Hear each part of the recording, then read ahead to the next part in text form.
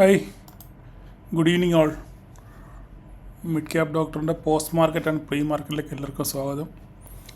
Okay, നമ്മൾ ഇന്ന് വളരെ അടിപൊളിയായിട്ട് ട്രേഡ് ചെയ്തു. നമ്മൾ പറഞ്ഞ ലെവലുകൾ നമുക്ക് വലിയൊരു ഗ്യാപ്പ് ഡൗൺ കിട്ടിയില്ലേ. Global sentiments US market down ആയതുകൊണ്ട് നമുക്ക് നല്ലൊരു ഗ്യാപ്പ് ഡൗൺ കിട്ടി. അപ്പോൾ നമ്മൾ ഇന്നലെ ഒരു BTST എടുത്ത് വെച്ചിട്ടുണ്ടായിരുന്നു. അത് നമുക്ക് രാവിലെ തന്നെ മനോഹരമായിട്ട് ബുക്ക് ചെയ്യാൻ പറ്റി. ഏകദേശം ഒരു 40 പോയിൻറ്റോളം നമുക്ക് ഇന്നും രാവിലെ BTSTയിൽ കിട്ടി. പക്ഷേ ഈ BTST ഞാൻ എടുക്കുന്നവരോട് ഞാനൊരു കാര്യം പറയാം. ഈ BTST ഞാൻ ഒരിക്കലും പ്രോത്സാഹിപ്പിക്കുന്നില്ല. കാരണം അത് ഒരു ഭാഗ്യപരീക്ഷണം മാത്രമാണ്, ലോട്ടറി കച്ചവടം പോലെയാണ്. അതുകൊണ്ട് BTST അങ്ങനെ ആരും പരീക്ഷിക്കല്. ചില സാഹചര്യങ്ങളിൽ നമുക്കൊരു കൺഫർമേഷൻ ഉള്ള സമയത്ത് മാത്രമേ നമ്മളങ്ങനെ BTST എടുക്കാറുള്ളൂ. അല്ലാതെ BTST ആരും പരീക്ഷിക്കല്ലേ. കാരണം നമുക്കത് വലിയ നഷ്ടങ്ങൾ വരുത്തി വെക്കാനുള്ള സാധ്യത കൂടുതലാണ്. ഓക്കെ, അപ്പോൾ അത് പറഞ്ഞ് BTSTയുടെ കാര്യമായിട്ട് നിർത്തുന്നു. അപ്പോൾ നമ്മളിന്ന് BTST എടുത്ത ശേഷം നമുക്കപ്പം BTST എടുക്കാത്ത ആൾക്കാരുണ്ടായിരുന്നു. അവർക്ക് സങ്കടമാണ്, നിരാശയാണ്, നമ്മുടെ അവസരം നഷ്ടപ്പെട്ടല്ലോ എന്ന്. അപ്പം അവരോട് ഞാൻ പറഞ്ഞത്, നിങ്ങൾക്കും ഒരവസരം വരും, നിങ്ങൾ വെയിറ്റ് ചെയ്യൂ എന്ന് പറഞ്ഞു. മാർക്കറ്റ് വലിയൊരു ഗ്യാപ്പ് ഡൗണിൽ ഓപ്പൺ ചെയ്ത് നമ്മൾ വരച്ചിട്ടിരുന്ന അതേ ലെവലിലാണ് മാർക്കറ്റ് വന്ന് ഓപ്പൺ ചെയ്തത്. എത്ര? 13,090. 13,90 മാർക്കറ്റ് ഇന്ന് ഗ്യാപ്പ് ഡൗൺ വന്ന് ഓപ്പൺ ചെയ്ത്. അതിന് ശേഷം അവിടുന്ന് ഒരു റിവേഴ്സൽ വന്നു. മാർക്കറ്റ് നേരെ വളരെ പെട്ടെന്ന് തന്നെ ഒരു അരമണിക്കൂർ കൊണ്ട് തന്നെ മാർക്കറ്റ് തിരിച്ച് ഓൾമോസ്റ്റ് റിക്കവറായപ്പോഴും നമ്മൾ വരച്ചിട്ട ആ ഗ്രീൻ ലൈനിന് വന്ന് സപ്പോർട്ട് എടുത്തിട്ട് മാർക്കറ്റ് വീണ്ടും വീണ്ടും ഒരു താഴോട്ടൊരു വരക്കം വരുന്നു. നമ്മളപ്പോൾ നമ്മൾ വീണ്ടും ഇവിടുന്നൊരു P എടുത്തായിരുന്നു. നമ്മൾ BTST എടുക്കാത്തവർക്ക് വേണ്ടി നമ്മൾ ഇവിടുന്നൊരു P എടുത്തു. അവർക്കും ഏകദേശം ഒരു 30-35 പോയിൻറ്റോളം ഇവിടം വരെ കിട്ടി. അങ്ങനെ 2 ട്രേഡ് കൊണ്ട് നമ്മൾ പരിപാടി അവസാനിപ്പിച്ചു. അതിനുശേഷം മാർക്കറ്റ് എങ്ങോട്ട് പോയാലും നമ്മുടെ വിഷയമല്ല. അവിടുന്ന് മാർക്കറ്റ് വീണ്ടും റീബൗണ്ട് ചെയ്ത് ഞാനിവിടെ വന്നപ്പോൾ എല്ലാവരും പറയുന്നത് എക്സിറ്റ് ആകാൻ ഉള്ള അവസരം എല്ലാവർക്കും ഉണ്ട് എന്ന് ഞാൻ പറഞ്ഞിരുന്നു. എക്സിറ്റ് ആയവർക്ക് അവർ അനുസരിച്ചവർക്ക് പ്രോഫിറ്റ് കിട്ടിക്കാണും, അല്ലാത്തവർക്ക് എന്താ പറയുക. അപ്പോൾ നമ്മൾ ഇവിടുന്ന് മാർക്കറ്റ് റിവേഴ്സ് ചെയ്ത് നമുക്കിനിയും നമുക്കിവിടെ നമ്മൾ രണ്ട് ട്രേഡ് എടുത്ത് 2 ട്രേഡും പ്രോഫിറ്റായി നമ്മളതോടെ നിർത്തി. പിന്നെ മാർക്കറ്റ് എങ്ങോട്ട് പോയാലും നമ്മുടെ വിഷയമുള്ള കാര്യമല്ല. നമ്മുടെ ട്രേഡ് അവസാനിപ്പിച്ചതിന് ശേഷം മാർക്കറ്റ് എങ്ങോട്ട് പോയാലും നമ്മൾ അതിനെ ഓർത്ത് നിരാശപ്പെടാനോ സങ്കടപ്പെടാനോ ഒന്നും പാടില്ല. ഓക്കെ, കഴിഞ്ഞു. 2 ട്രേഡ് എടുത്തു, നമുക്ക് കിട്ടേണ്ട ടാർഗറ്റ് കിട്ടി. അതോടെ നമ്മൾ പരിപാടി അവസാനിപ്പിച്ചു. പിന്നെ ഇനിയും നമ്മൾ നാളത്തേക്കുള്ള കാര്യമാണ് നോക്കേണ്ടത്. മാർക്കറ്റ് വേണം നോക്കിയിരിക്കാം, എന്ത് സംഭവിക്കുന്നുള്ള കാര്യം നോക്കിയിരിക്കാം. അല്ലാതെ നമുക്ക് വേറൊരു ട്രേഡ് ഓപ്പർച്യൂണിറ്റി പിന്നെ അതിനുവേണ്ടി നമ്മൾ പോയില്ല. ഓക്കെ, അപ്പോൾ ഇത്രയേ ഉള്ളൂ ഇന്നത്തെ കാര്യം പറയാൻ. വേറെ പ്രത്യേകിച്ചൊന്നുമില്ല. ഗ്ലോബൽ സെൻറ്റിമെൻറ്റ്സിൻ്റെ പ്രശ്നം കൊണ്ടാണ് നമുക്ക് ഗ്യാപ്പ് ഡൗൺ വന്നത്. നമ്മളത് ക്യാപ്ചർ ചെയ്തു, അത്ര മാത്രമേ ഉള്ളൂ.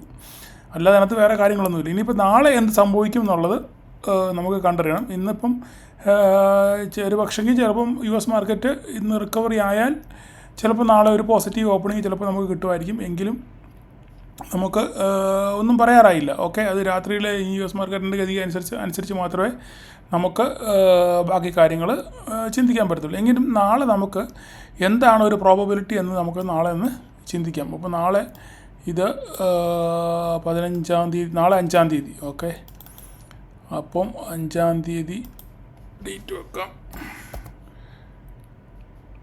5th September. ഓക്കെ,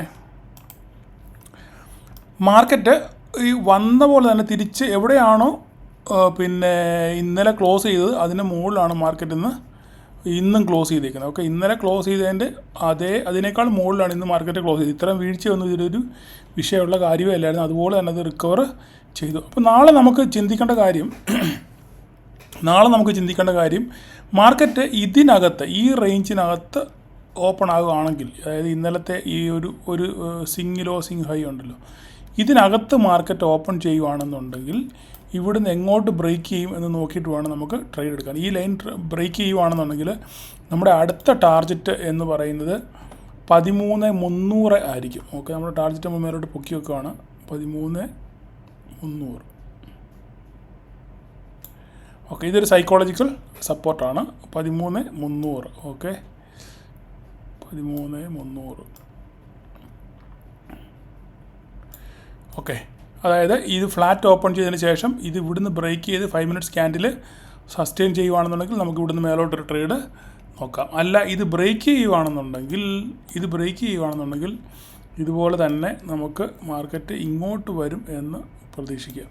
ഓക്കെ, ഇവിടുന്ന് ബ്രേക്ക് ചെയ്ത് ഇത് ഇവിടെ വരെ വരാനുള്ള സാധ്യത ഉണ്ട്. പിന്നെ അതിന് ശേഷം താഴോട്ട് വരുവാണെന്നുണ്ടെങ്കിൽ ഇവിടെ കൂടെ വരാനുള്ള സാധ്യതയുണ്ട്. പിന്നെ വരുവാണെന്നുണ്ടെങ്കിൽ ഇത് അതിമോഹമാണെന്ന് ഞാൻ പറയത്തുള്ളൂ. ഇന്നലെ അതിമോഹം പറഞ്ഞതിന് ശേഷം മാർക്കറ്റ് താഴോട്ട് വന്നു. എങ്കിലും ഇത് ഞാനിങ്ങനെ 3 ആര ഇട്ടുകൊണ്ട് മാർക്കറ്റ് കംപ്ലീറ്റ് താഴോട്ട് വരും എന്നൊന്നും ആരും വിചാരിക്കില്ല. ഞാൻ ആ ഓപ്പർച്യൂണിറ്റി അത് പറഞ്ഞുള്ളൂ. കാരണം മുകളിലോട്ടുള്ള യാത്ര കുറച്ച് ക്യാപ്ഡാണ്. കാരണം ഓൾ ടൈം ഹൈ ആണ് നിൽക്കുന്നത്. അതുകൊണ്ട് മുകളിലോട്ട് പോകുന്നതിന് പരിധിയുണ്ട്. അതേസമയം താഴോട്ട് വീഴുവാണെന്നുണ്ടെങ്കിൽ പെട്ടെന്ന് സാധനം ഇങ്ങ് പോരും. അതുകൊണ്ടാണ് ഇങ്ങനെ ഒരു ഓപ്പർച്യൂണിറ്റി പറഞ്ഞത്. എങ്കിലും നമുക്ക് ഇവിടുന്ന് ബ്രേക്ക് ചെയ്യുകയാണെന്നുണ്ടെങ്കിൽ ഇവിടം വരെ വരാനുള്ള സാധ്യത നമുക്ക് തള്ളിക്കളയാൻ പറ്റത്തില്ല. ഇവിടുന്ന് ഇവിടെ അതിനുശേഷം ഇങ്ങോട്ട്. ഓക്കെ, ഇത് നോക്കുക. ഇത് ബ്രേക്ക് ചെയ്യുന്നതോടുകൂടി നോക്കുക. ഇത് ബ്രേക്ക് ചെയ്ത് താഴോട്ട് പോകുന്നത് ചിലപ്പോൾ ഇവിടം വരെ വരാനുള്ള സാധ്യതയുണ്ട്. അതിനുശേഷം ഇതും ബ്രേക്ക് ചെയ്യുകയാണെങ്കിൽ ഇതും ബ്രേക്ക് ചെയ്യുകയാണെങ്കിൽ അടുത്ത ഇത്. ഓക്കെ, ഈ 3 എണ്ണത്തിൻ്റെ ആവശ്യമേ ഒക്കെ മേലോട്ടാണെന്നുണ്ടെങ്കിൽ 13,300 വരെ നമുക്ക് പ്രതീക്ഷിക്കാം. അതും കടന്ന് പോവുകയാണെന്നുണ്ടെങ്കിൽ പിന്നെ നമ്മുടെ റെസിസ്റ്റൻസ് ഏരിയയാണ്. അതായത് നമ്മൾ പണ്ടൊരു നമ്മുടെ വീക്കിലി അനാലിസിൽ നമ്മളൊരു ഒരു ട്രെൻഡ് ലൈൻ വരച്ചിട്ടുണ്ടായിരുന്നു. ആ ട്രെൻഡ് ലൈനിലോട്ട് അടുക്കാനുള്ള ഒരു ടെൻഡൻസി അങ്ങനെയാണെന്നുണ്ടെങ്കിൽ വരാനുള്ള സാധ്യത കൂടുതലാണ്. എന്തായാലും നമുക്ക് നാളെ 13,300 എത്തിയാൽ പിന്നെ ബാക്കി അതിനെപ്പറ്റിയുള്ള കാര്യങ്ങൾ നമുക്ക് ചിന്തിക്കാം. ഇതാണ് അപ്പോൾ നാളത്തേക്കുള്ള ലെവലുകളൊക്കെ ഇതാണ്. എല്ലാവർക്കും മനസ്സിലായെന്ന് വിചാരിക്കുന്നു. ഓക്കെ, എൻ്റെ ആരോ ഇപ്പോൾ ഇവിടെ 3 ആരോ ഇട്ടുകൊണ്ട് മാർക്കറ്റ് പൊട്ടും എന്നൊന്നും ആരും വിചാരിക്കരുത്. ഇതിന് ഈ ഒരു ഗ്രീൻ ലൈൻ കണ്ടുകൊണ്ട് പലരും പല ക്വസ്റ്റ്യൻസ് ചോദിച്ചു. ഓക്കെ, അപ്പോൾ ആ ഗ്രീൻ ലൈൻ അങ്ങ് മാറ്റി റെഡ് ലൈൻ ആക്കിയേക്കാം. ഓക്കെ, കനം കൂടെ കുറച്ചേക്കാം. ഓക്കെ, അപ്പം ഇത് ഒരു സപ്പോർട്ട് ലൈൻ എന്ന് മാത്രമേ ഉള്ളൂ. ഒരു സപ്പോർട്ട് ലൈൻ എന്ന് വരച്ചിട്ടൊക്കെ മാത്രമേ ഉള്ളൂ. അപ്പം ഇത് രണ്ടുമാണ് നമ്മുടെ ഇത് ഒരു ഗ്രീൻ ലൈൻ ആക്കിയേക്കാം. ഇനി പല സംശയങ്ങൾ ആൾക്കാർക്ക്. ഓക്കെ, അപ്പം ഇത്രയാണ് നാളത്തേക്കുള്ള ലെവലുകൾ. ഇതൊക്കെ നിങ്ങളുടെ ചാർട്ടിനകത്തിൽ വരച്ചിടുക. എന്നിട്ട് ആ ലെവലുകൾ വരുമ്പോൾ മാത്രം നിങ്ങൾ ട്രേഡ് എടുക്കാൻ ശ്രമിക്കുക. ഇവിടുന്ന് ബ്രേക്ക് ചെയ്യണം, അല്ലെങ്കിൽ ഇവിടുന്ന് ഇങ്ങോട്ട് ബ്രേക്ക് ചെയ്യണം. ഇതിനകത്താണെങ്കിൽ ട്രേഡ് ഇല്ല. അല്ലെങ്കിൽ ഇവിടെ വന്നിട്ട് നേരെ തിരിച്ച് വരുമോ നോക്കണം. ഇവിടെ വന്ന് തട്ടി തിരിച്ച് വരുമോ നോക്കണം. അല്ലെങ്കിൽ ഇവിടെ വന്നിട്ട് സപ്പോർട്ട് എടുത്തിട്ട് നേരെ തിരിച്ച് പോകാൻ നോക്കണം. അപ്പോൾ ഇതൊക്കെ അന്നേരം ലൈവ് മാർക്കറ്റിൽ മാത്രമേ നമുക്ക് എന്തെങ്കിലും തീരുമാനം എടുക്കാൻ പറ്റത്തുള്ളൂ. നമ്മുടെ മാർക്കറ്റ് സിനാരിയോ നോക്കി സെൻറ്റിമെൻറ്റ്സ് നോക്കി മാത്രമേ നമുക്കൊരു ട്രേഡ് എടുക്കാൻ പറ്റത്തുള്ളൂ. ഓക്കെ, അപ്പോൾ നാളെ എല്ലാവർക്കും ഒരു പ്രോഫിറ്റബിൾ ഡേ ആശംസിക്കുന്നു. നിങ്ങൾ മാക്സിമം നിങ്ങൾക്ക് ഇത് പ്രയോജനപ്പെടുന്നുണ്ടെങ്കിൽ മറ്റുള്ളവരോട് എത്തിക്കാനും സബ്സ്ക്രൈബ് ചെയ്യാനും ലൈക്ക് ചെയ്യാനൊക്കെ ശ്രമിക്കുക. ഓക്കെ, അപ്പോൾ താങ്ക് യു ഓൾ.